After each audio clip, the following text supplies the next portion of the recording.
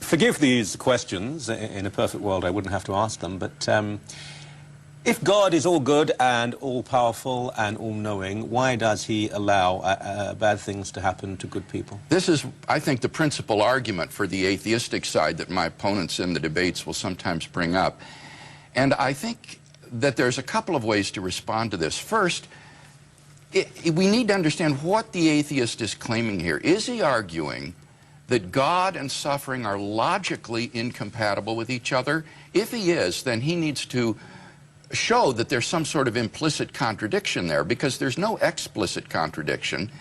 And I would say that no atheist has ever been able to sustain that burden of proof, to show that there are necessarily true assumptions that would reveal some kind of a contradiction between God and the suffering and evil in the world. In fact, I think we can prove that they are compatible by just adding a third proposition, and that would be that God has morally sufficient reasons for permitting the evil and suffering in the world. As long as that's even possible, it shows that God and evil are logically compatible. So that logical version of the argument doesn't work. Now, very quickly, there's a probabilistic version of the argument which says, all right, God and evil are logically compatible, but nevertheless, it's highly improbable that God exists, given the evil and suffering in the world.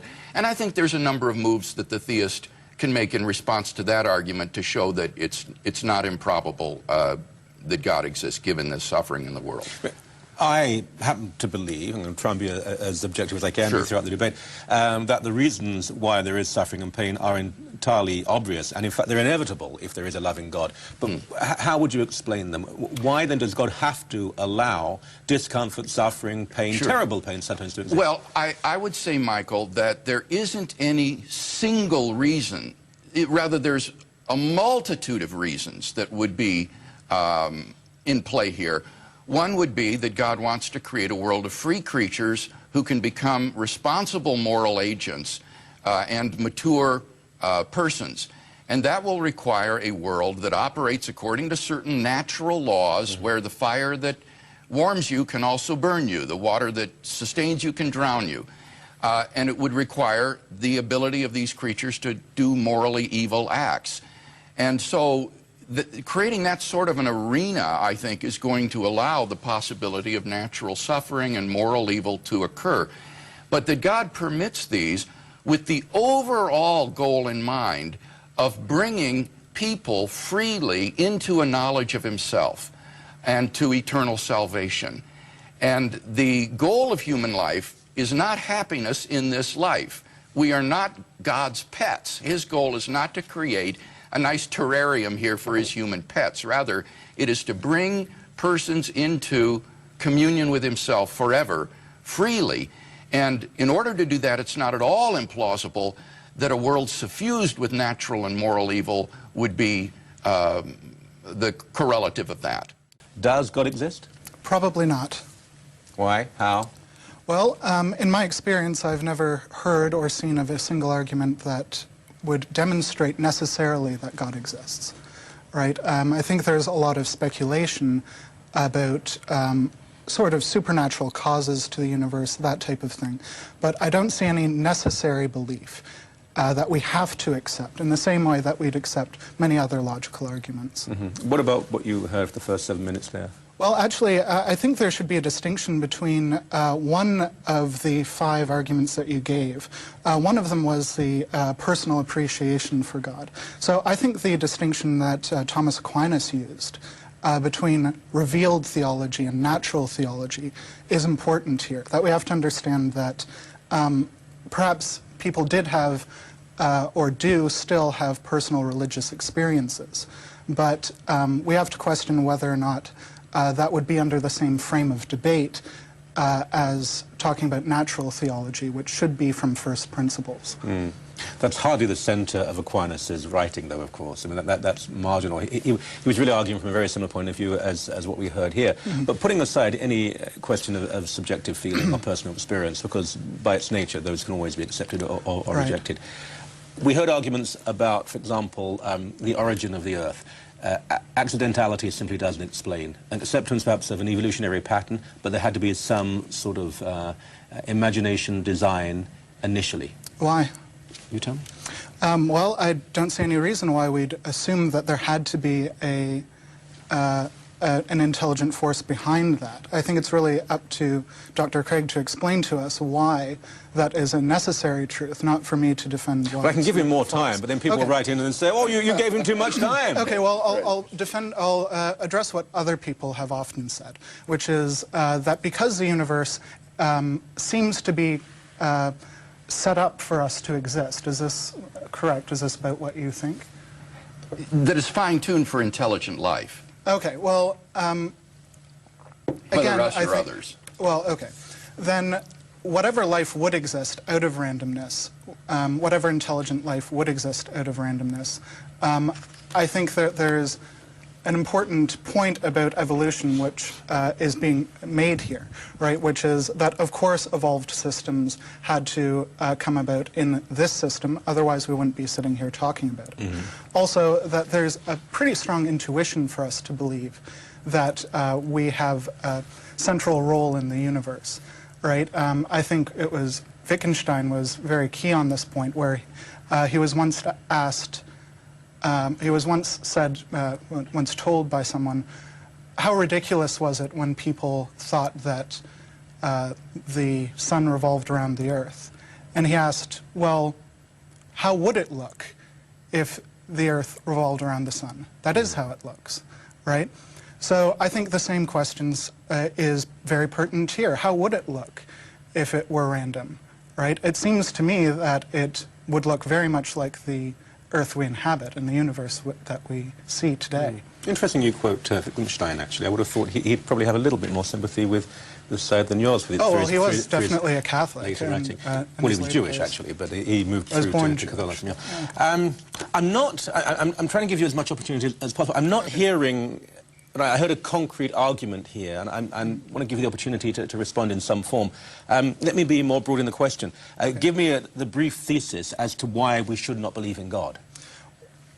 Well, why we shouldn't believe in God really depends on what you mean by belief. Whether or not we should accept the arguments really has to do with whether they correspond with the facts. Well, there can be no absolute certainty that there isn't or there is. I mean, obviously, you're an intelligent man. You would never say atheist. I mean, atheism is rationally impossible. You can strongly doubt. You can strongly believe. If there was absolute proof, then God wouldn't be loving. He wouldn't give us freedom. There has to be that room and not to believe. You have to want to find him. Right. But so why, speaking to viewers out there, hundreds of thousands of people watching, why would you say to them, God is irrelevant, don't bother? Well, I would say that it's more important actually for them to examine the reasons why they would believe in God, right? I'd actually think that that's really the first step, is to appreciate the role of skepticism and the role of taking arguments seriously and investigating them to the best of their abilities. I think that would likely lead to atheism. I don't think that it's necessary for people to have arguments for being atheists, rather that they should come to the conclusion that makes the most sense to them. Why?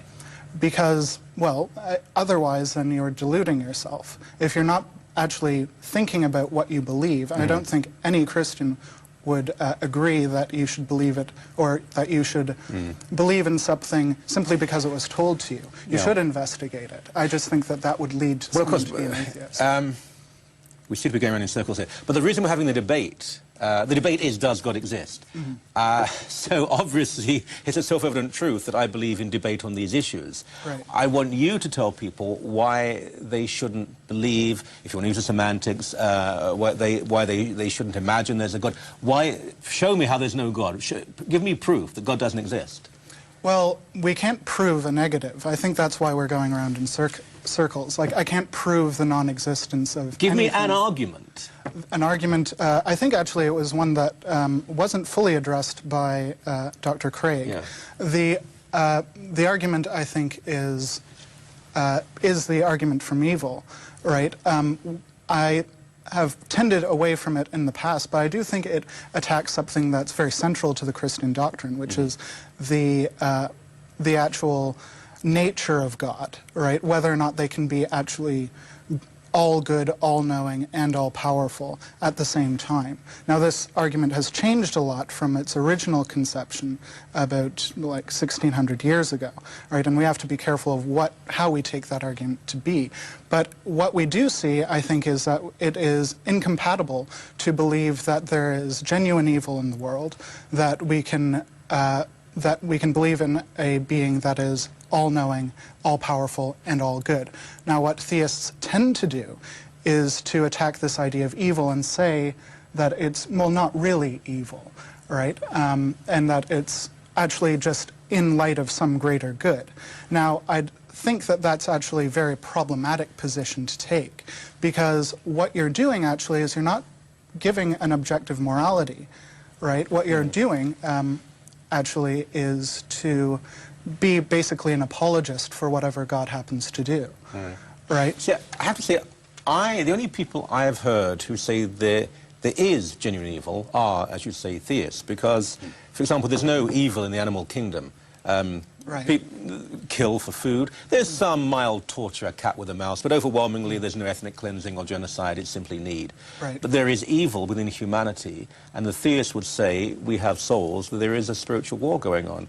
It's been actually atheists who've said to me, there are bad people, there's no supernatural evil. Well, it depends on what you mean by a supernatural evil. Certainly not, like, I wouldn't hold the position that there's some evil force in the world, or there's such a thing as the devil, or like, that to me I think is ludicrous. But I think there are genuine arguments for why things are ethically bad, and if that's what you mean by evil, if that's what you take to mean by evil, then there are certainly reasons why we'd have an objectively unethical behavior. Back to you, sir. This notion of evil, because having done talk radio for many years, it's the standard reset position, why does God allow? Now, it seems to me that if you believe life ends when you're 80, 90 years old or whatever, it's a real issue. There's evil in the world. If you believe it goes on, and God doesn't guarantee a good life, he guarantees a perfect eternity, and that we have to have the freedom to go wrong, and that God is most unhappy when we go wrong, but it has to be allowed. Would they be the arguments, or are they just comfortable positions to explain why there's so many bad things in the world? Oh, I think it's very important to understand here, Michael, it's the atheist who has the burden of proof with respect to this argument. As you quite rightly, I think, pressed Michael to give us an argument that God does not exist. So if Michael wants to say that God and evil in the world are logically incompatible with each other, he needs to give us an argument to show that that's the case. And so if you can offer these possibilities such... If I may, then what is actually being attacked is the conception of God, right? So we need to have some sort of clear definition of what God is before we can actually talk about anything. Right. So if I'm wrong in the assumption that the Christian idea of God, which I assumed you would be defending, is all-knowing, all-powerful, and all-good, then why do we see evil in the world, or why do we see the necessity for evil? Now, asking a question, though, Michael, isn't an argument. If you're going to claim that an all-good, all-knowing, all-powerful God is incompatible with evil, those aren't explicitly contradictory. So if you're going to maintain they're implicitly contradictory, there are some hidden premises here that you're assuming that we need to isn't there a contradiction then in the... Isn't there a contradiction in that an all-powerful being who would want only the best for the world would allow bad things to happen, right? And you don't see any contradiction there. Well, let me ask you that. The God that you speak of, does he want all good for the world? I would say that God certainly wants the best for us, but remember what I said in the earlier segment. That doesn't mean happiness in this life. On the Christian view, the good for man is to be found in relation to God. And so God's overall plan for humanity is to bring people freely into a loving relationship with himself now and forever. And it is not at all implausible that only in a world involving enormous amounts of suffering and moral evil that would be accomplished.